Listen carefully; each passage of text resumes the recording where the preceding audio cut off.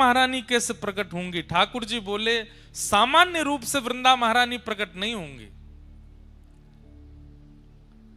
क्योंकि वृंदा महारानी केवल प्रिया प्रियतम को सुख विलास देने के लिए नहीं, जन्म जन्मांतर कल्प कल्पांतरों के पापी जीवों के पाप को नष्ट करने के लिए भी श्री वृंदा महारानी होंगी। इसलिए इनका प्राकट्य भूमि पर सामान्य रूप से नहीं होना चाहिए, उसके लिए तो एक विशेष क्रिया होनी चाहिए, एक विशेष लीला होनी चाहिए। तो भूमि पर वृंदा महारानी कैसे आई, उसकी यह लीला है। और कथा प्रारंभ होती है, देवराज इंद्र एक बार बृहस्पति गुरु के साथ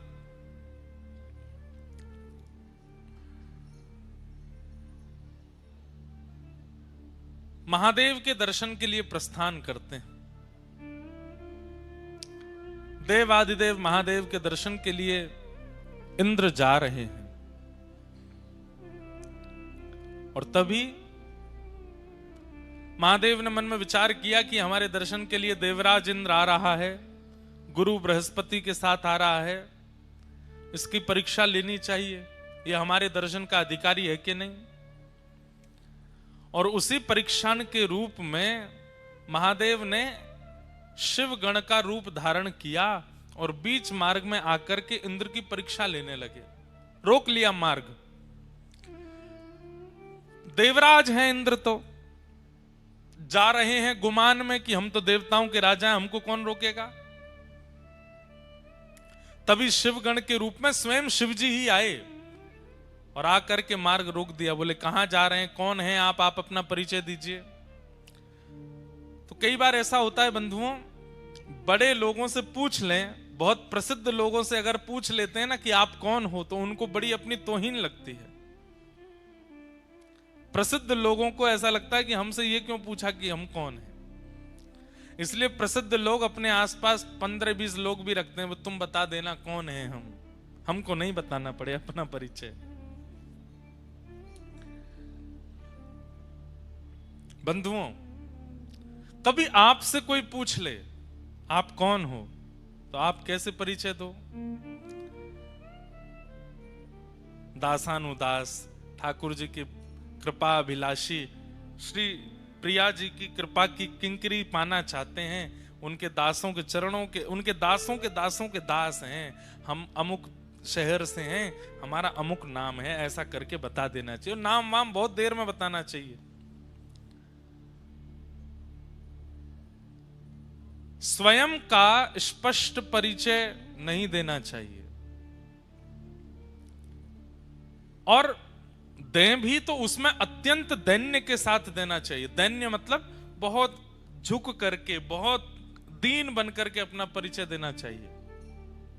हम वो बात अलग है कि अब आप अमेरिका जा रहे हो, एम्बेसी में पूछ लिया जाए व्हाट्स योर नेम, अब आप वहां कहो दासानुदास कृपानु आदि आदि तो वहां तो स्थिति के अनुसार कोई राह चलता व्यक्ति पूछ ले, बस में बगल में बैठा व्यक्ति पूछ ले, फ्लाइट का व्यक्ति पूछ ले, ट्रेन में कोई पूछ ले, किसी नगर का कोई व्यक्ति पूछ ले, तो क्या अपना परिचय दो। बोले हम तो किशोरी जी के दास हैं।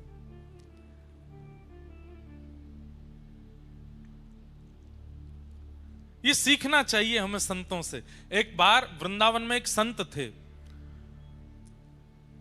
उस समय सोशल मीडिया नहीं था, फोन भी नहीं थे। उस समय की बात, उन संत का इतना प्रचार हो गया पूरे भारत में कि भैया वृंदावन में एक संत रहते हैं, अमुक नाम के संत हैं, और भैया उनका स्वभाव, उनका विचार, उनकी शैली, उनकी बोली, उनका रूप, उनकी कुटिया, उनकी सेवा, सब देखने लायक है।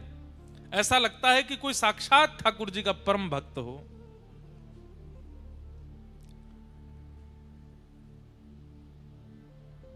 चित्रकूट में एक महात्मा को उनका यश सुनाई दे गया। ध्यान से सुनिएगा। उस समय सोशल मीडिया आदि थे नहीं, गाड़ी बस भी नहीं थी, तांगे चलते थे, और दूर दूर से लोग बहुत मुश्किल से वृंदावन आ पाते थे। तो चित्रकूट में किसी संत ने उनकी जब महिमा सुनी तो उन्होंने मन में सोचा कि भाई प्राण कब तक तन में रहेंगे, उससे पहले वृंदावन जाके इन महापुरुष का दर्शन कर लेना चाहिए। चित्रकूट से निकले, महीनों चल करके वृंदावन आए। वृंदावन जैसे ही पहुंचे, बिहारी जी के दर्शन की, राधा रमण जी की, राधा वल्लभ जी के दर्शन की इच्छा बाद में थी, पहले उन महात्मा को देखना है, उनके दर्शन करने हैं।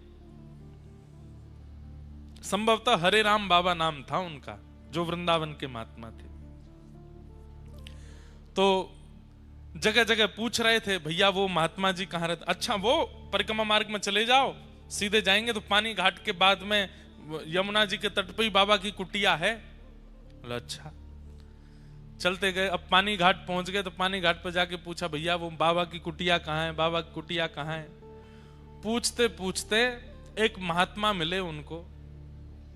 उन महात्मा से उन्होंने पूछा, सब लोग इधर देखो, ध्यान से सुनो। बोले भैया वो वृंदावन के एक महात्मा, उनकी कुटिया कहाँ है? तो वृंदावन के वो महात्मा बोले, अच्छा उन बाबा के दर्शन करने? बोले हाँ, मैं अभी थोड़ी देर में वहीं जाने वाला हूं, उनके पास ही, आप चाहो तो मेरे साथ चल देना। बोले हाँ भैया, हम तो वैसे भी अपरिचित होंगे तो हमसे तो मिलेंगे भी नहीं, आपका परिचय होगा तो आपके माध्यम से हम मिल लेंगे। तो चित्रकूट के उन महात्मा को एक वृंदावन के महात्मा अपनी कुटिया में ले गए और ले जाके बोले, आप इतनी दूर से चल के आए, कुछ पाया नहीं होगा, भोजन कर लीजिए। हाँ भैया, थोड़ा सा कुछ पवा दो। तो बढ़िया सुंदर टिक्कर बनाए अपने हाथों से, और टिक्कर बना करके सब्जी दाल रोटी जो भी थी सब उनको पवाया। प्रसाद पाने के बाद वो चित्रकूट वाले महात्मा बोले, भैया अब हमारा पेट भर गया, अब चलें महात्मा के दर्शन कर लें। बोले अभी तो आपने इतना प्रसाद पाया है, थक गए होंगे, थोड़े पौड़ जाओ, आपके हाथ पैर दबा दूं। अरे नहीं नहीं, हमको नहीं पौड़ना, हमको तो उनके दर्शन करने। अरे 10-15 मिनट ने पौड़ जाओ। पौड़ जाओ मतलब नहीं, लेट जाओ। जबरदस्ती वो चित्रकूट के महात्मा को लिटा दिया। अब उनके पैर दबाने लगे, पैरों में घी की मालिश करें, कभी उनको पंखा जलें, उनके शरीर पर इत्र लगावें, हाथ दबावें, कमर दबावें, कोठा दबावें। वो चित्रकूट के महात्मा तो इतने आनंद में आ गए, सो गए। 20-25 मिनट, आधा घंटा के लिए नींद लग गई। जब आंख खुली तो कोई और महात्मा वहां खड़े थे, वो नहीं थे जो पहले से वहां थे, तो कोई और महात्मा वहां खड़े थे। तो खड़े हुए, अरे भैया वो कहाँ है बाबा जिनकी कुटिया है? बोले वो ठाकुर जी की सेवा में गए अंदर। अरे भैया हमको इतना पवा दिया, फिर सुला दिया, हम तो चित्रकूट से आए थे हरिराम बाबा का दर्शन करने के लिए, सुबह से व्याकुल, पर ये महात्मा जी देखो इतना बढ़िया प्रसाद पवाया, जबरदस्ती सुबह के मेरे हाथ पांव में ऐसे बढ़िया दबाए कि मैं सो ही गया। तो दूसरा महात्मा हंसने लगा। बोले आप जिनकी कुटिया में बैठे हैं और जिनके हाथ से प्रसाद पाए, जिनके हाथ से सेवा कराएं, यही हरिराम बाबा हैं। ये इतनी देर से जो आपकी सेवा कर रहे हैं, ये वही महात्मा है जिनके दर्शन को आप आए हो। तो चित्रकूट के महात्मा इतने व्याकुल हो गए, चरणों में गिर गए। बोले बाबा हमने आपसे पूछा हरिराम बाबा के यहाँ जाना है, तो आप बोले कि हम भी वहीं जाएंगे, आ जाओ कुटिया में चलो। क्यों किया आपने ये सब? बोले मैं उसी समय बता देता कि मैं ही हरिराम बाबा हूं, तो पता लगने के बाद अब आप मेरे चरणों में हो, पता लगने से पहले मैं आपके चरणों में था। आपके चरण दबाने का, आपको प्रसाद पवाने का, आपकी सेवा करने का ये अवसर मुझे कैसे मिलता? इसलिए मैंने अपना परिचय नहीं दिया।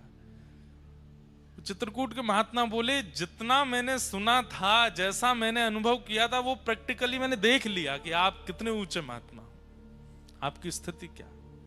तो वैष्णव भक्त की क्रिया, भक्त का व्यवहार, स्वभाव उसका परिचय दे देता है कि वो कैसा वैष्णव है। सामान्य संसार की तरह आपका व्यवहार है तो आप कोई वैष्णव नहीं हो। आपके व्यवहार में कुछ अलग होगा, आपकी बातों में कुछ नवीनता होगी, आपके विचारों में कुछ नवीनता होगी, आपकी चाल ढाल उठना बैठना सब नवीन होगा, कुछ हटके होगा, और उन सब में विशेष प्रधानता दैन्यता की होगी, ऐश्वर्य की नहीं। ऐश्वर्य की प्रधानता संसारी जीव में होती है, पर दैन्यता की प्रधानता भक्त जीव में होती है। उसके दीनता दिखेगी आपको उसके व्यवहार में। तो इंद्र जा रहा है महादेव के दर्शन के लिए। बीच रास्ते में महादेव शिवगण बनकर के आ गए परीक्षा लेने के लिए। और परीक्षा में इंद्र गुमान में भरा हुआ है, अपने छाती तान के खड़ा है। शिवगण ने पूछा, शिवगण तो नहीं थे, शिवजी थे, वो तुम कौन हो? तो इंद्र बोला, मुझे नहीं जानते तुम? बोले, हम तो नहीं जानते।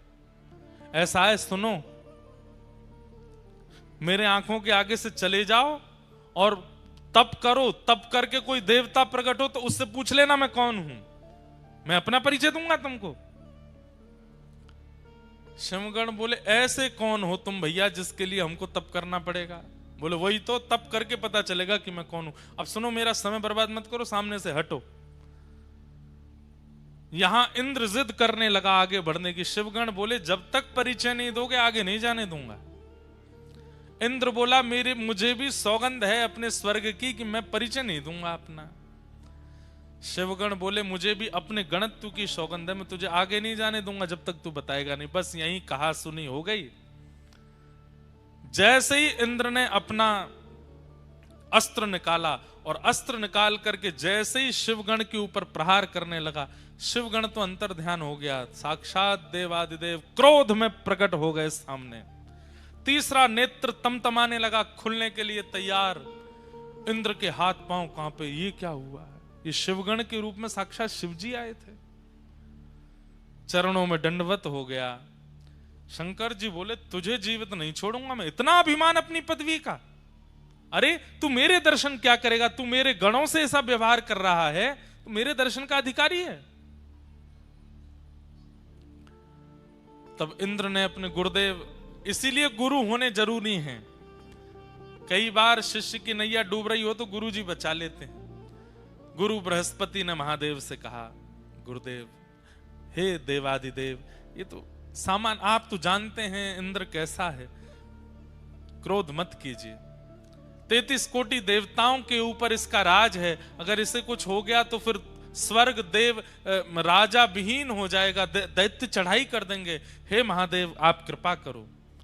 तो महादेव का श्वास थोड़ी सी कम पड़ी और जैसे तैसे करके बोले, गुरु की वजह से बच रहा है तू, नहीं तो आज तेरे प्राण पखेरु उड़ जाते।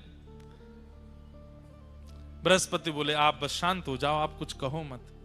तो महादेव बोले कि अब मैं तो कुछ नहीं कहूंगा, लेकिन जो मेरे अंदर क्रोध प्रकट हो गया है वो बिना निकले मानेगा नहीं, उसे कहां भेजूं?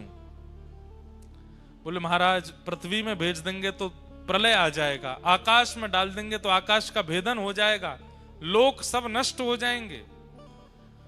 अथाह स्वरूप समुद्र का है, आप समुद्र में अपने क्रोध को विसर्जित कर दीजिए। तब महादेव ने अपना तीसरा नेत्र खोल करके उस प्रकट क्रोध को समुद्र में विलीन किया। समुद्र भी उस क्रोध के तेज को सह नहीं पा रहा था। भूचाल आ रहे थे, ज्वार भाटा आ रहा था, उष्ण हो गया समुद्र का जल। तब समुद्र ने भी प्रार्थना की, बोले, महादेव, आपके क्रोध को हम भी सहन नहीं कर पा रहे हैं, अब क्या करें इसका? तो बोले, इसको फिर किसी एक रूप में प्रकट करके पृथ्वी पर इसको भेज दो। तब महादेव का वह क्रोध जो समुद्र भी सहन नहीं कर पाया, उसी ने एक रूप धारण किया और समुद्र से उसका प्रादुर्भाव हुआ, वही हुआ जलंधर। जलंधर इतना खतरनाक था कि महाराज,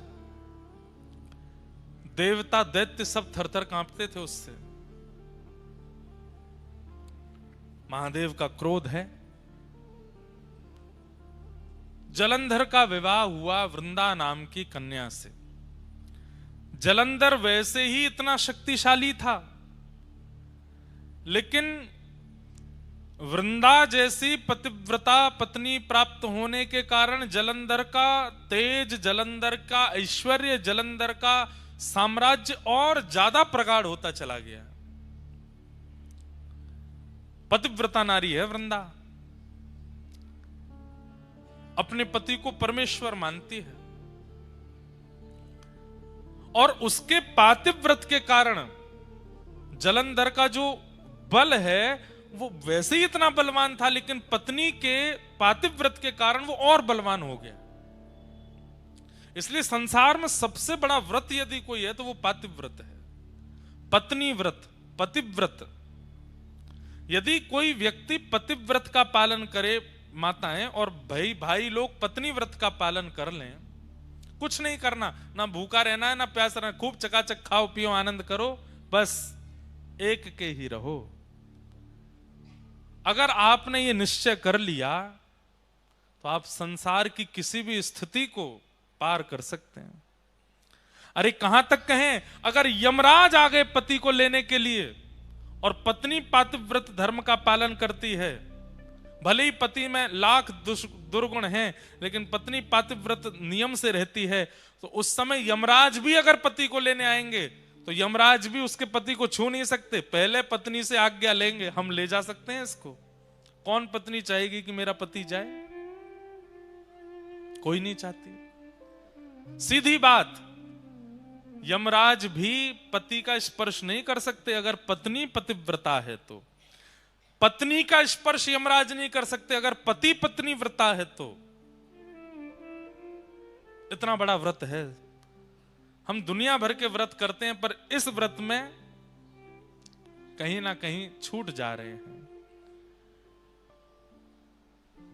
अब सुनिए, वृंदा का ऐसा पातिव्रत, पर देवताओं ने विचार किया ये पतिव्रता है, ये बहुत अच्छी बात है, पर ये जानते हुए भी कि पति कितना दुष्ट है, फिर भी पत्नी पतिव्रता है। तो ब्रह्मा आदि देवताओं ने कहा कि भैया वृंदा अपने पतिव्रत का पालन नहीं तोड़ सकती। तब ब्रह्मा जी से सब देवताओं ने कहा आप जाकर के जलंधर को समझाइए, वो आए दिन देवताओं पर आक्रमण करता है, यज्ञों का विध्वंस करता है। ब्रह्मा जी बोले मैं जाता हूं। ब्रह्मा जी गए जलंधर को समझाने के लिए। जलंधर ने ब्रह्मा जी के ही गला पकड़ लिया, इतना बलवान कि चतुरानन ब्रह्मा जी का गला पकड़ लिया, चारों आंखों से आंसू निकल आए। ब्रह्मा जी हाथ छुड़ा के भागे, युद्ध छिड़ गया देवता और जलंधर के बीच में। ब्रह्मा जी हार गए। देवताओं ने जाकर के प्रार्थना की, देवादिदेव महादेव शंकर जी से बोले महाराज आप कुछ करो।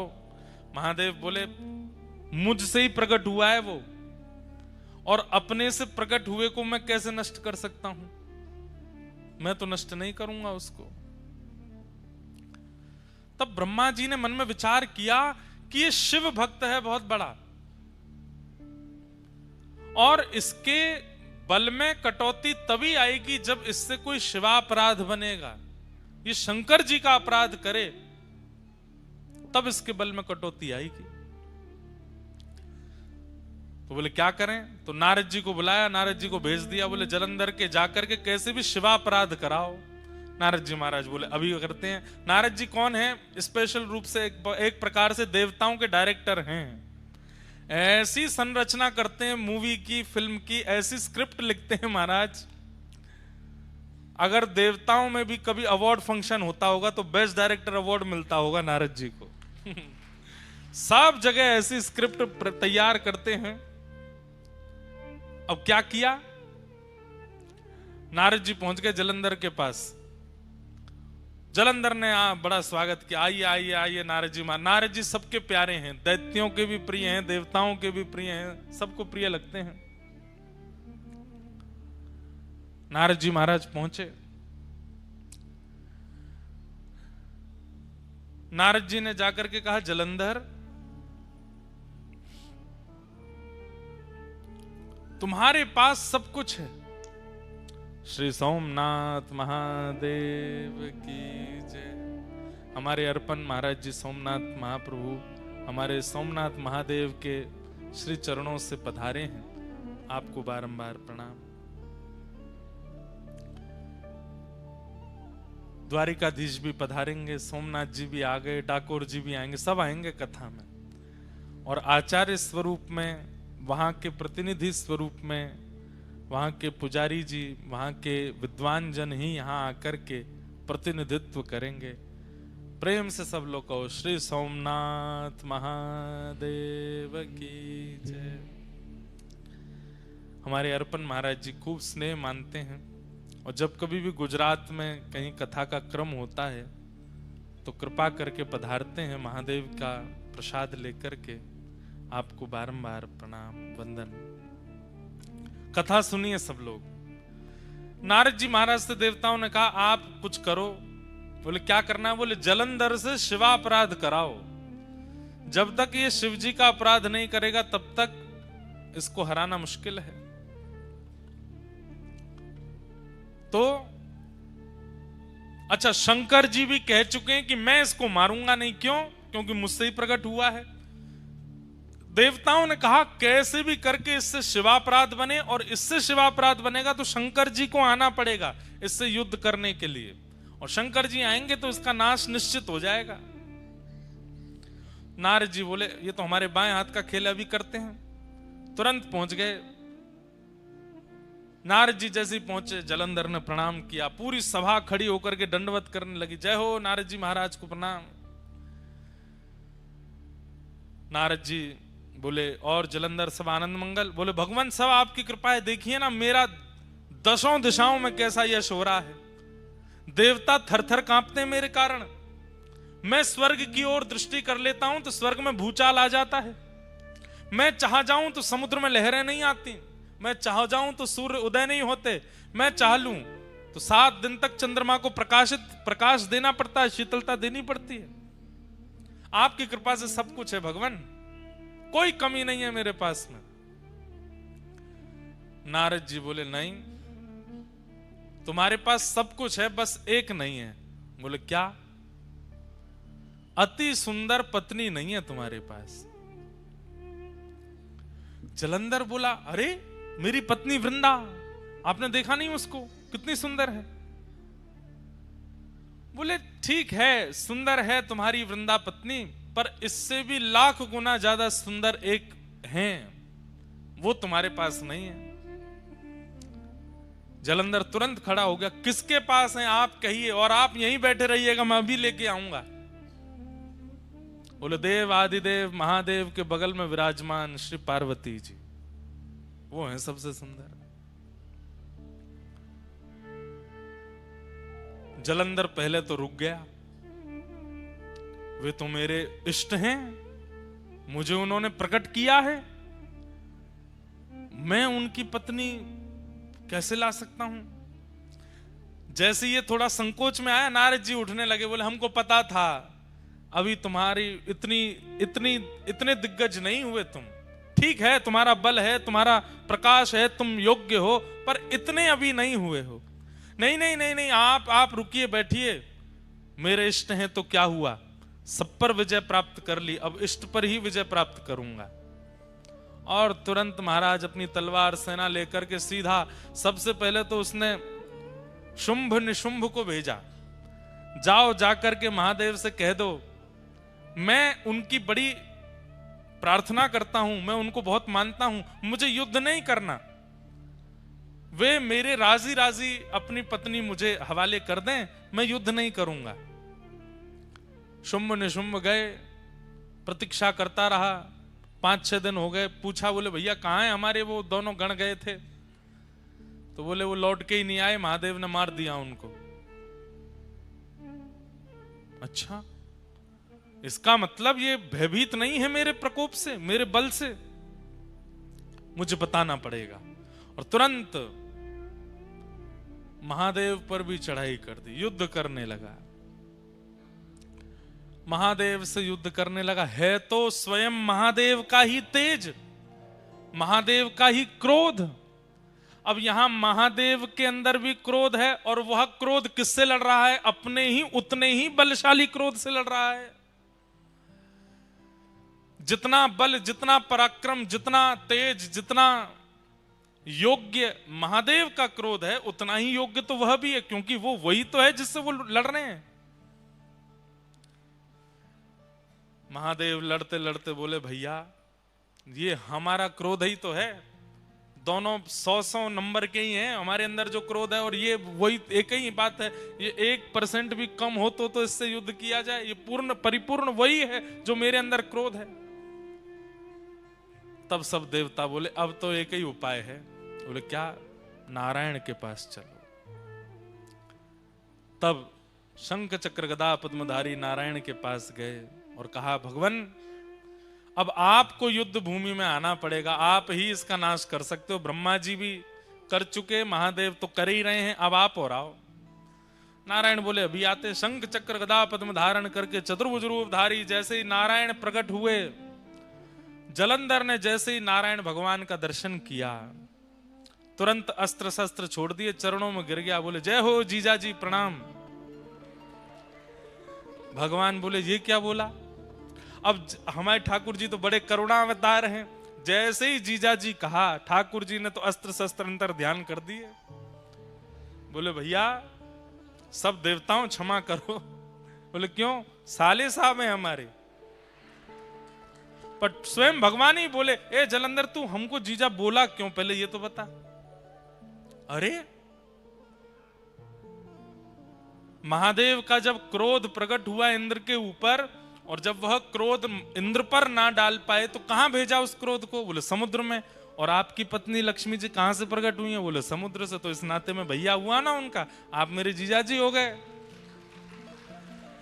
नारायण भगवान बोले भाई बढ़िया संबंध निकाला। देवताओं से कहा भैया आई एम सॉरी, अब इसको नहीं मारेंगे हम, ये तो हमारा साला है। अच्छा उसने जीजाजी कहकर के प्रणाम जो किया तो लक्ष्मी भी प्रकट हो गई। अरे मेरे भैया, देवता तो बड़े भयभीत हो गए, बोले कि भाई अब क्या होगा। तुरंत ले गए नारायण भगवान को अपने घर में जाकर के स्थापित कर दिया। जलंधर ने पत्नी से कहा देवी तुम नित्य मेरी आराधना करती हो, अपना पातिव्रत धर्म का पालन करती हो, अब उसमें इनकी भी आराधना करो। अब जलंधर की स्थिति हो गई वो और ज्यादा बलशाली हो गया। क्यों? नारायण कृपा हो गई उसके ऊपर। सब देवता बोले भैया सब प्रकार के तरीके अपना लिए, कोई काम नहीं आया। तब देवताओं ने भगवान की स्तुति गाई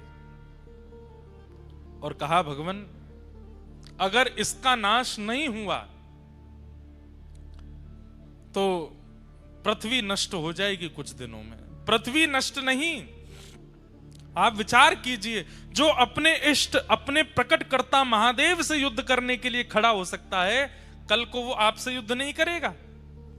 अरे इसका बल जितना बढ़ता चला जाएगा ये उतना ही अपने आप को श्रेष्ठ मानता हुआ सब पर हावी हो जाएगा, और एक दिन भगवान पदवी प्राप्त करने के लिए भी कुछ भी कर बैठेगा। इसका नष्ट करना बहुत जरूरी है। तब भगवान ने मूल बात बताई। क्या बात? ध्यान से सुनिएगा। बोले ना तो महादेव का क्रोध इसके काम आ रहा है, ना ही ब्रह्मा जी की कृपा इसके काम आ रही है, ना ही मेरे इसके घर में विराजने से इसका बल बढ़ रहा है।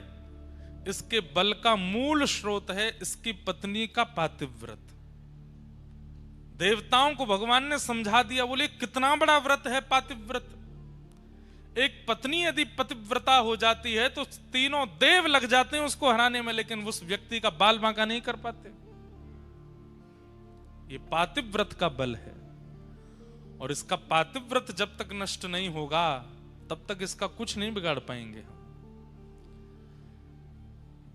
पातिव्रत नष्ट नहीं करना है, पर अगर व्रत से किसी गलत व्यक्ति का बल बढ़ रहा है तो उस व्रत को समाप्त करना पड़ता है।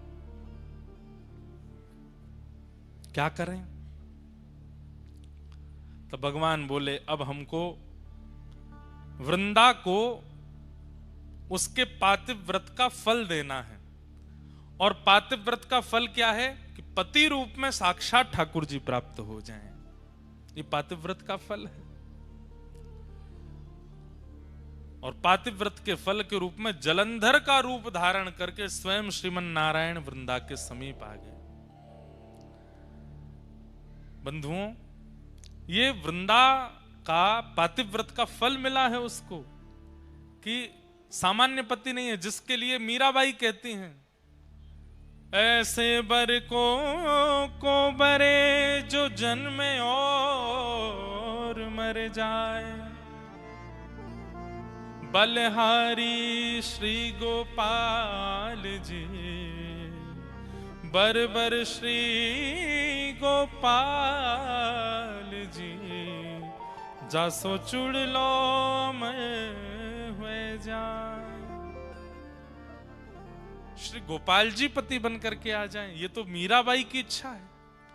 इसके लिए मीराबाई कितनी रोई हैं, कितनी पीड़ा में रही है, तब जाकर के ठाकुर जी ने उनको वो फल दिया। आज वृंदा को वो फल क्यों दे रहे हैं? क्योंकि उसका पातिव्रत श्रेष्ठ है। और भगवान ही जलंधर के रूप में आकर के वृंदा के सामने खड़े हो गए, और जैसे ही अपने पति के अलावा अन्य की चरणों में प्रणाम करके उनका तिलक किया, उनकी आरती उतार करके, न्योछावर करके, जल उबार करके, प्रसाद पवा करके उच्छिष्ट पाया, वहां जलंधर जिसके लिए वो पातिव्रत करती थी उसका बल क्षीण होने लगा। क्यों? क्योंकि अब एक प्रकार से जिसके लिए व्रत था, जिसके लिए नियम था, जिसको निहारती थी, जिसके लिए सब कुछ करती थी, वो तो अब ठाकुर जी बन के आ गए ना, तो ठाकुर जी के लिए हो गया। जैसे ही ठाकुर जी के लिए व्रत हुआ, जलंधर के लिए जो व्रत हो रहा था उसका नाश हो गया, और वहां रणभूमि में देवताओं के द्वारा जलंधर का वध हो गया। जलंधर का सर धड़ से अलग हुआ, और सर से धड़ से सर अलग होकर के सीधा आके पड़ा वृंदा की गोद में। जैसे ही अपने हाथ में गोद अपने पति का मुख देखा, देख करके विचलित हो गई। सामने देखा तो सामने जलंधर बैठा है, और गोद में देखा तो मुखमंडल है। तुरंत रोने लगी, आप कौन हैं? मुझे अपना रूप दिखाइए। तुरंत शंख चक्र पद्म धारी ठाकुर जी प्रकट हो गए। वृंदा, तेरे पातिव्रत से प्रसन्न होकर के मैंने तुझे फल दिया, तेरे पति रूप में मैं ही आया हूं। वृंदा बोली, मेरा सौभाग्य कि आप मेरे पति रूप में आए, लेकिन आप छल करके क्यों आए? आप अपने वास्तविक रूप में आकर के मुझे स्वीकार कर लेते। मेरे पति का रूप धारण करके आपने मेरे पातिव्रत को नष्ट क्यों किया? ठाकुर जी बोले, अगर हम वास्तविक रूप में आते तो तुम इतनी बड़ी पतिव्रता हो कि हमको स्वीकार ही नहीं करती, इसलिए हमको तुम्हारे पति का रूप धारण करके आना पड़ा। और सही बात, मूल बात तो यह है वृंदा, तुम्हारे पातिव्रत के कारण तुम्हारे पति का बल इतना प्रकट हो चुका था कि वो पूरे पृथ्वी का, पूरे ब्रह्मांड का नाश कर देता, इसलिए तुम्हारा पातिव्रत टूटना बहुत आवश्यक था। वृंदा बोली, आपने मेरा पातिव्रत नष्ट कर दिया। बोले जी, अब मैं आपको श्राप देती हूं। क्या? कि आप पत्थर बन जाओ, आप एक शिला का रूप धारण कर लो। भगवान बोले, तब भी हम तुम्हें तो नहीं छोड़ेंगे, तुम भी एक तुलसी का पौधा बन जाओ। तुम संग रहोगी तो पाएंगे, तुम संग रहोगी तो बैठेंगे, तुम संग रहोगी तो पिएंगे, क्योंकि तुम्हारे पातिव्रत से प्रसन्न होकर हमने तुमको अब चुन लिया है। अब तुम चाह करके भी हमसे दूर नहीं जा पाओगी। हमारे बिना तुम नहीं रहोगी, और तुम्हारे बिना हम नहीं रहेंगे। भगवान एक लीला में कितनी लीलाएं प्रकट करते हैं हम नहीं जानते। एक वैश्या ने भगवान के लिए तप किया, और तप करके जब भगवान प्रकट हुए तो भगवान से वरदान मांगा।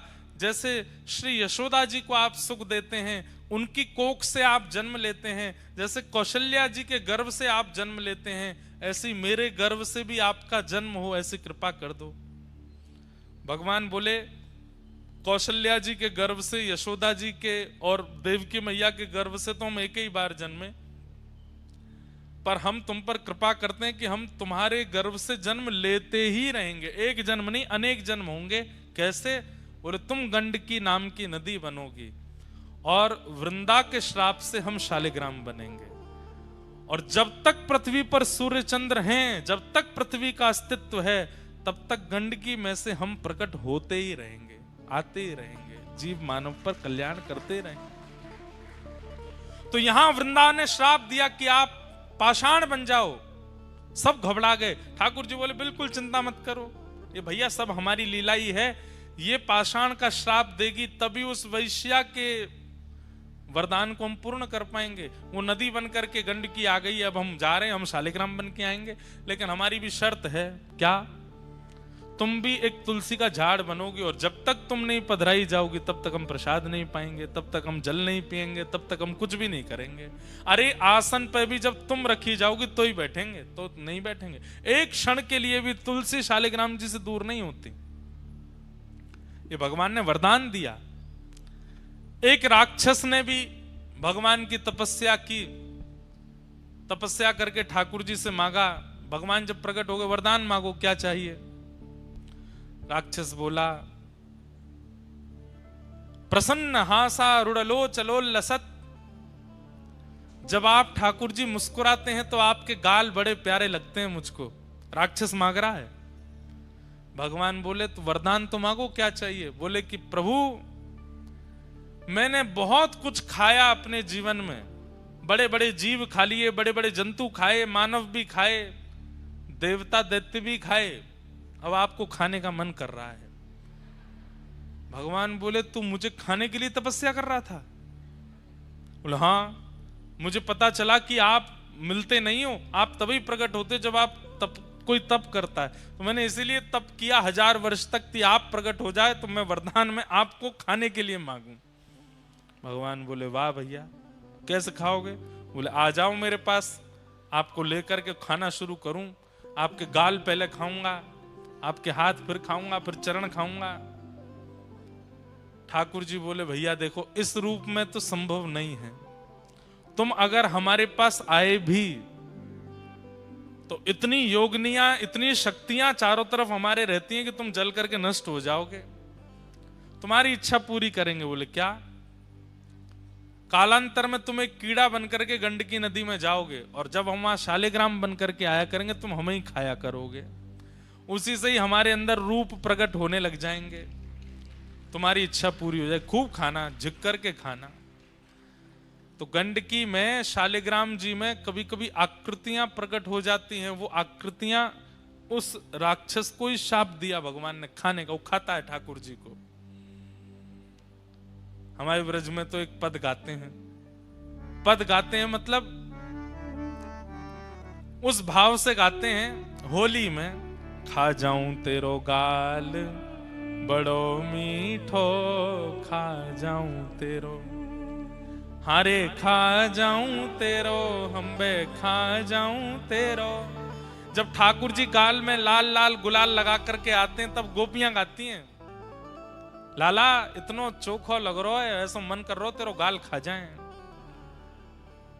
ये प्रेम के भाव में, जैसे छोटे बालक होते हैं गदमदरा से, उनको देख के मन होता है, मन ऐसा करे या खा जाए, या कि हाथन ने खा जाए, पामन ने खा जाए, इतना बढ़िया। ऐसे ठाकुर जी के लिए तो एक राक्षस ने मांगा कि मैं आपको खाऊं, तो ठाकुर जी उसके लिए शालिग्राम बन गए। बोले खाना। तो कितनों की इच्छा पूर्ति एक श्राप से हुई। वृंदा ने श्राप दिया कि आप पाषाण बन जाओ। भगवान बोले ठीक है। एक वैश्या ने वरदान मांगा था तो उसके गर्भ से हम जन्मेंगे, वो गंडकी बनेगी और हम शालिग्राम। एक राक्षस ने मांगा था कि वो खाना चाहता है तो वो भी पेंडिंग बैठा है, कब उसको वरदान पूरा करें। शालिग्राम रूप को ही खाया करेगा वो। लेकिन वृंदा देवी तुम हमसे दूर नहीं रह पाओगे। अच्छा, ये तो केवल एक कथा थी, पर वास्तविकता भूमंडल पर वृंदा को प्रकट करने के लिए कोई चाहिए। जैसे राम जी को आने के लिए दशरथ और कौशल्या चाहिए, ठाकुर जी को आने के लिए देवकी वसुदेव चाहिए। विश्व का कल्याण करने वाली बंधुओं, दो ऐसे रत्न हैं हमारी पृथ्वी पर, इन रत्नों का नित्य आश्रय लेने वाला व्यक्ति कभी यमलोक के दर्शन नहीं करता। उसमें पहला श्री गौ माता और दूसरी वृंदा देवी तुलसी महारानी। इनका नित्य दर्शन करने वाले को कभी यमलोक का दर्शन नहीं होता। तो वृंदा तो ठाकुर जी की ही हैं। अभी सुनिएगा कथा। वो तो आना चाहती है पृथ्वी पर, श्री कृष्ण आएंगे तो लीला के लिए वृंदा को प्रकट होना है, पर वृंदा ऐसे सामान्य रूप से प्रकट नहीं होगी, उसके लिए पृष्ठभूमि चाहिए। ऐसे कोई कौशल्या जैसी, कोई देवकी जैसी, कोई यशोदा जैसी मां चाहिए। तो भगवान ने जलंधर की पत्नी वृंदा को माध्यम बनाया। क्यों? श्राप देने के बाद में वृंदा ने प्रण लिया कि मैं अब अपने पंच भौतिक देह को नष्ट कर दूंगी।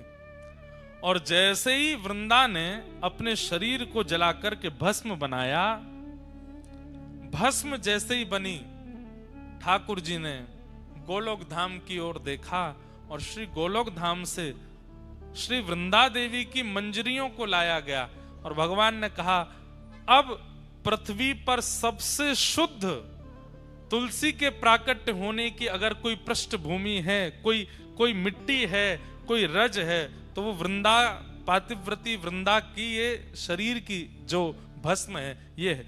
इसमें इन मंजरियों को बो दो। जैसे ही तुलसी की मंजरियां उस भस्म में बोई गईं, उसी भस्म से, उसी रज से, जो पतिव्रता नारी वृंदा थी उसके शरीर की रज से जो प्रकट हुई, वही है श्री तुलसी महारानी। बोलो तुलसी महारानी की जय। भगवान बोले अब मंगल होगा विश्व का, विश्व का मंगल करने वाली अब तुलसी जी गोलोक धाम से भूमि पर प्रकट हो चुकी हैं। सामान्यतया तुलसी जी को नहीं लाया गया, तुलसी जी के लिए कितना बड़ा योजना बनाई गई। बोले अखंड पतिव्रता नारी होगी, उसके कोख से तुलसी जी प्रकट होंगी। पर तुलसी जी क्योंकि एक वृक्ष के रूप में प्रकट होने वाली हैं, तो इनके लिए कोख क्या है? रज। कोख क्या है? मिट्टी। और वो कैसे बने? बोले पतिव्रता नारी जब अपने शरीर का त्याग करके रज बन जाएगी तो उससे प्रकट होंगी तुलसी। तो वृंदा जी की रज से तुलसी महारानी प्रकट हुई और तभी देवी देवता प्रकट हो गए। क्यों? नारायण भगवान तो धीरे धीरे पाषाण बन गए, शालिग्राम बन गए और यहाँ वृंदा महारानी तुलसी जी के रूप में प्रकट हो गई। तुरंत देवी देवता आए, आकर के गठबंधन किया और तुलसी शालिग्राम जी का विवाह कर दिया, दोनों को एक कर दिया आज ही के दिन। इसलिए आज तुलसी शालिग्राम विवाह महोत्सव भी है, तुलसी शालिग्राम जन्म महोत्सव भी है। आज शालिग्राम जी की जन्म तिथि भी है, तुलसी जी की जन्म तिथि भी आज ही के दिन प्रकट हुई है, आज ही के दिन इनका प्रादुर्भाव हुआ है। ऐसी वृंदा महारानी तुलसी महारानी को हम बारंबार प्रणाम करते हैं, शालिग्राम प्रभु को हम बारंबार वंदन करते हैं। बंधुओं, हमारे कई शास्त्रों के अनुसार माताएं शालिग्राम जी की पूजा नहीं करती, पर माताओं को विशेष रूप से तुलसी जी की पूजा करने का अधिकार है। भाई लोग शालिग्राम जी की पूजा करें और माताएं तुलसी जी की आराधना करें। शालिग्राम जी से भी अधिक फल मिलता है तुलसी जी की पूजा करने से। कहते हैं जिस घर में तुलसी जी विराजमान होती हैं उस घर में कभी यमराज नहीं जाते। जिस घर में तुलसी जी की आराधना होती है विधिवत रूप से, उस घर में पितरों को तर्पण आदि किया जाता है, पितरों का पिंडदान आदि किया जाता है। पर वास्तविकता में जिस घर में तुलसी हरी भरी खूब मात्रा में विराजमान होती हैं, उस घर के पितृ मुक्त हो ही जाते हैं। जिस घर में चंदन घिसने के बाद में तुलसी जी को थोड़ा सा, तुलसी जी की जो काष्ठ होता है या तुलसी जी का पत्र घिस करके चंदन में अगर मिला दिया जाए थोड़ा सा, और उसको ठाकुर जी को निवेदित किया जाए, फिर ठाकुर जी को निवेदित करने के बाद अपने अंग पर लगाया जाए, तो जन्म से लेकर के तुलसी अंकित चंदन लगाने तक, उस दिन तक जितने पाप बने सब नष्ट हो जाते हैं तुलसी जी का चंदन लगाने से। तुलसी जी के जो काष्ठ हैं, तुलसी जी की जो लकड़ी होती है, हमने परम पूजनीय प्रातः स्मरणीय श्री मलुकपीठ वाले महाराज जी को देखा। इतनी बड़ी तुलसी जी की काष्ठ एक रहती है उनके पास, उसमें नित्य अग्नि प्रज्वलित करते हैं और उस तुलसी जी के काष्ठ की अग्नि से 1000 दिए जलाते हैं महाराज जी नित्य संध्या में शाम को। तो हमने महाराज जी से पूछा, मैंने महाराज जी इसका क्या फल है? तो महाराज जी बोले तुलसी जी के काष्ठ से एक दिया प्रज्वलित करने से 1000 दिए प्रज्वलित करने का फल मिलता है। दिए प्रकट करते ही ठाकुर जी को जब अर्पित किए जाए ठाकुर जी बड़े प्रसन्न हो जाते हैं। पर तुलसी जी के काष्ठ से जब दिया जलाया जाता है तो एक दिया जलाने के 1000 दिया जलाने का फल, मतलब ठाकुर जी अत्यंत प्रसन्न हो जाते हैं। लेकिन महाराज जी 1000 दिए जलाते हैं नित्य एक तुलसी काष्ठ से, और इतने छोटे छोटे छोटे छोटे दिए 1000 दियों का एक इतना बड़ा बना लेते हैं, उसको प्रज्वलित करते हैं और फिर ठाकुर जी की आरती करते हैं। उससे ठाकुर जी इतने प्रसन्न होते हैं उससे। तो हरी भरी तुलसियों तब मत कुछ करना जब काष्ठ कहीं तुलसी जी के आसपास कहीं प्रकट हो जाए, टूट के अपने आप नीचे आ जाए, उसको संभाल के रख लीजिए। नित्य उस काष्ठ में थोड़ी अग्नि प्रज्वलित करो, उससे दिया जलाओ। दिया जलाने के बाद उस अग्नि को बुझा के उसकी रज अपने माथे से लगा के काष्ठ को रख दो। इतने प्रसन्न होते हैं ठाकुर जी उससे प्रकट दिए से आरती करने से। अभी तो कार्तिक का महीना, हमारे यहाँ तो तुलसी जी से ही आरती करते हैं वृंदावन में। ठाकुर जी बहुत प्रसन्न होते हैं। तुलसी जी जिस गमले में लगी हो उसकी रज, तुलसी जी की रज लेकर के कभी कभी आप तिलक धारण कर सकते हैं, और वह तिलक धारण करने से शरीर में अगर कोई बहुत गंभीर बीमारी, और सबसे बड़ी बीमारी तो भैया आजकल बुद्धि में आ जाती है, विचारों की बीमारी, नकारात्मक बीमारी, शक पैदा होने वाली बीमारी, और सही बात है गलत मार्ग पर चलने वाले विचार चित्त में आने लगते हैं।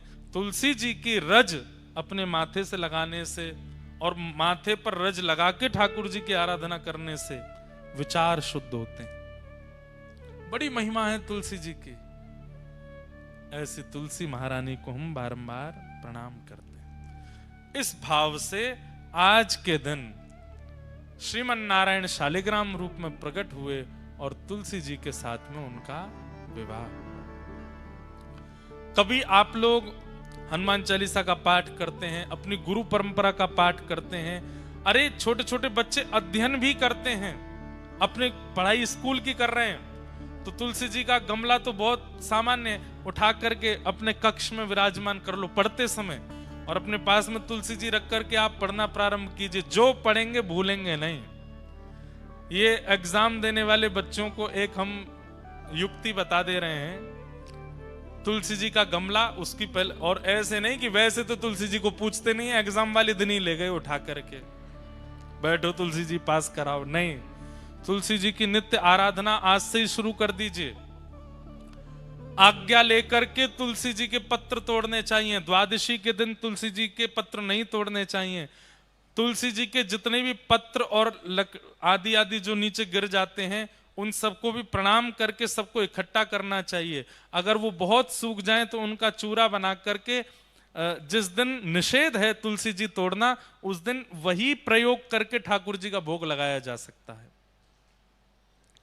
और तुलसी जी की एक और महिमा, अगर तुलसी जी तोड़ नहीं सकते हैं, तुलसी जी का चयन नहीं कर सकते हैं, तो ठाकुर जी पर चढ़ी भई तुलसी उठाओ, उस पर नेक जल डालो, वही दोबारा भोग में अर्पित कर दो, वो पवित्र ही मानी जाती है। तुलसी जी की बनी कंठी माला कंठ में धारण करने वाले व्यक्ति के पीछे पीछे ठाकुर जी खिंचे चले जाते हैं। जहां जहां वो व्यक्ति जाता है ठाकुर जी कहते हैं मैं संगे ही रहता हूं। जो गले में कंठी माला पहनता है तुलसी जी के, जो तुलसी जी के मन के पर नाम जप करता है, भगवान कहते हैं कि उसके नाम जप से, मंत्र जप से मैं बहुत प्रसन्न रहता हूं। उसके नाम में, मंत्र में फिर आलस्य, दंभ आदि आदि जो विकार हैं ये आने बंद हो जाते हैं अगर वो तुलसी जी पर नाम उच्चारण करता है तो। और सीधी बात, आप अन्य किसी भी भाव में अगर नाम जप करते हैं तो ठाकुर जी को पता तो चल जाता है नाम जप कर रहा है, पर तुलसी जी पर जब नाम जप करते हैं तो ठाकुर जी थोड़ी पे हाथ धर के सुनते हैं आपके नाम जप को, आपके मंत्र को, आपके भाव को। ठाकुर जी को इतना प्रसन्न है। ऐसी तुलसी जी की महिमा है, उन्हें हम बारंबार वंदन करते हैं, बारंबार प्रणाम करते हैं। बोलो तुलसी महारानी की। मेरे अंगना में तुलसी को बिरवा, मेरे अंगना में तुलसी को बिरवा। अरे भैया, या पद में किशोरी जी बताए के गई हैं। बरसानो बता दियो, अपनो नाम बता दियो, अपनी गली बता दी, मोहल्ला बता दियो, लेकिन अंत में ठाकुर जी को क्या बता के गई किशोरी जी? मेरे अंगना में तुलसी को बिरवा, मेरे अंगना में तुलसी को बिरवा। मेरे अंगना में तुलसी को बिरवा, मेरे अंगना में तुलसी को बिरवा। ओ मेरे अंगना में तुलसी को बिरवा, मेरे अंगना में तुलसी को बिरवा। हाँ मेरे अंगना में तुलसी को बिरवा, मेरे अंगना में तुलसी को बिरवा। तुलसी निशानी बताए गई रे, तुलसी निशानी बताए गई रे। हाँ तुलसी निशानी बताए गई रे, तुलसी निशानी बताए गई रे। कौन? बरसाने की छोरी राधा गोरी गोरी, बरसाने की छोरी राधा गोरी गोरी। बरसाने की छोरी राधा गोरी गोरी, बरसाने की छोरी राधा गोरी गोरी। ओ करके इशारों बुलाए गई रे, करके इशारों बुलाए गई रे। हाँ करके इशारों बुलाए गई रे, करके इशारों बुलाए गई रे। कौन? बरसाने की छोरी राधा गोरी गोरी, बरसाने की छोरी राधा गोरी भैया गोरी। देखो, जो सब लोग करताल बजा रहे हैं, नृत्य कर रहे हैं, वो तो बढ़िया ही है, और जो चुपचाप बैठे हैं, आज ठाकुर जी को ब्याह है, आज ब्याह भयो है, भुजा उठा करके करताल बजाओ सब लोग। बोलो वृषभानु के जमाई की।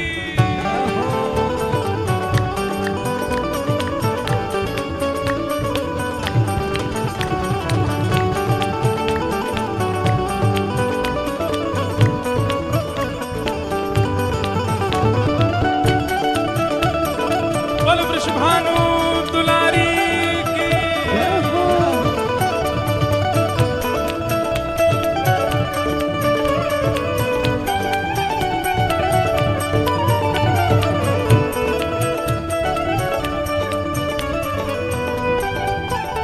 और ओ जो कान्हा मेरो काम न जाने, जो कान्हा मेरो गाम न जाने। जो कान्हा मेरो काम न जाने, जो कान्हा मेरो गाम न जाने। हो मेरो काम न जाने, मेरो गाम न जाने। मेरो काम न जाने। मेरो गाम न जाने। अरे ये तो सब कोई जाने। सब कोई जाने। किशोरी जी कह रही है मेरो काम न जाने, वो तो सबन को पता है। अरे मेरो काम न जाने, मेरो गाम न जाने। मेरो काम न जाने। मेरो गाम न जाने। अरे ये तो सब कोई जाने, सब कोई जाने। ये तो सब कोई जाने। सब कोई जाने। ओ मेरो काम न जाने, मेरो गाम न जाने। मेरो काम न जाने। मेरो गाम न जाने। जो कान्हा मेरो काम न जाने, कान्हा मेरो गाम न जाने। जो कान्हा मेरो काम न जाने। जो कान्हा मेरो गाम न जाने। ऊंचो बरसानो बताए गई रे, ऊंचो बरसानो बताई गई रे। हाँ ऊंचो बरसानो बताए गई रे। ऊंचो बरसानो बताई गई रे। कौन? बर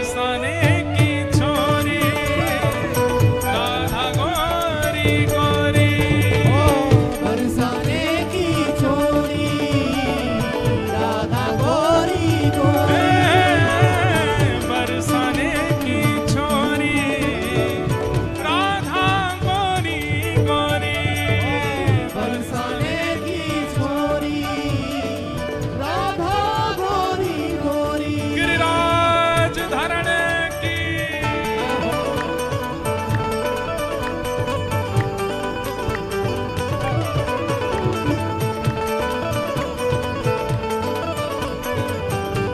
जय जय श्री राम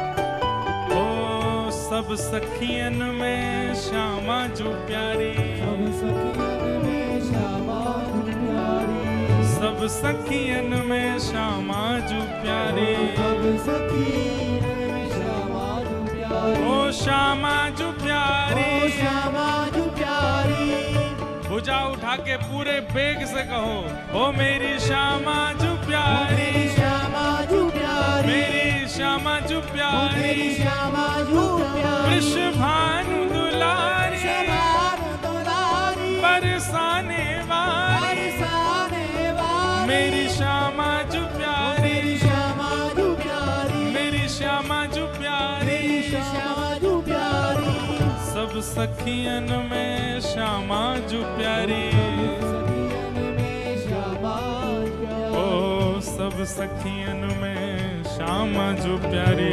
सब सखियन में श्यामा जो प्यारी हाँ सब सखियन में श्यामा जो सब सखियन में श्यामा जो प्यारी प्यारी मोहन के मन को लोभाए गई रे मोहन के मन को लुभाए गई रे मोहन के मन को लोभाए गई रे मोहन के मन को लुभाए गई रे कौन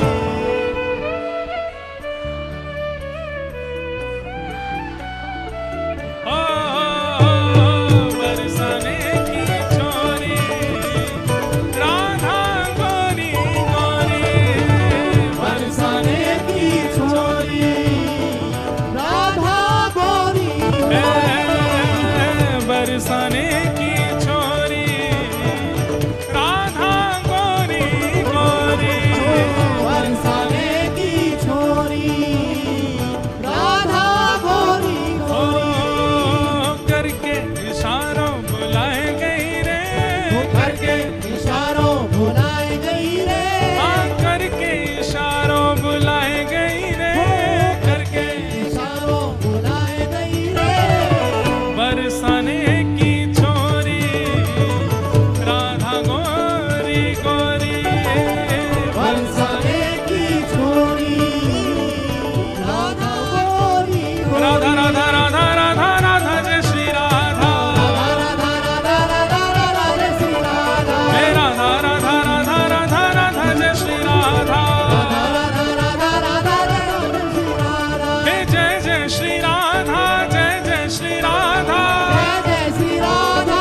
जय जय श्री राधा जय जय श्री राधा जय जय श्री राधा जय जय श्री राधा जय जय श्री हे राधा गौ राधा राधा राधा राधा राधा जय श्री राधा राधा राधा राधा राधा जय श्री राधा हे राधा राधा राधा राधा राधा जय श्री राधा राधा राधा राधा राधा राधा जय श्री राधा हे जय जय श्री राधा जय जय श्री श्यामा जय जय श्री राधा जय जय श्री श्यामा जय जय श्री राधा जय जय श्री श्यामा जय जय श्री राधा जय जय श्री श्यामा भजो राधा राधा राधा राधा राधा जय श्री राधा राधा राधा राधा राधा जय श्री राधा राधा राधा राधा राधा राधा जय श्री राधा राधा राधा राधा राधा जय श्री ओ राधा बरसाने की छोरी राधा गोरी गोरी बरसाने की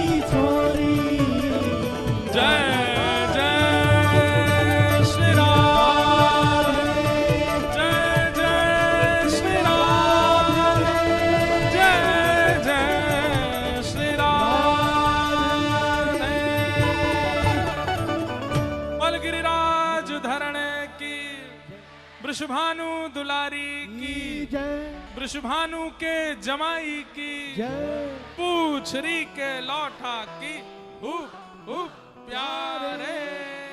क्या बात है बंसी वारिश, बैठ जाओ। जय हो जय हो, विराजो विराजो विराजो। ये जितने भी बालक कुछ बना के लाए सबसे हम ले लेंगे कथा के विश्राम में। अभी बैठो, सब लोग बैठ जाओ।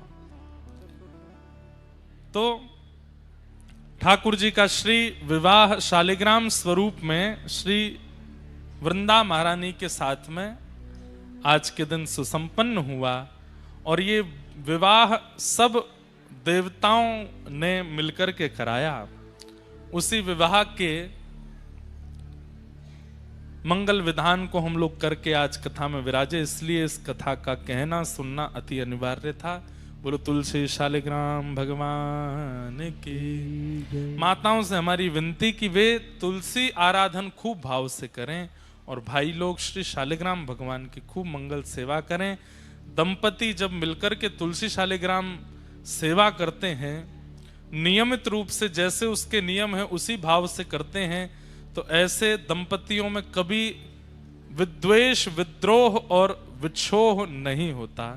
शालिग्राम जी और तुलसी मैया दोनों दंपतियों को समीप ही रखते हैं, कभी उनमें मन मुटाव आदि कभी प्रकट नहीं होता। इस प्रकार से आज के मंगल भाव को प्रणाम।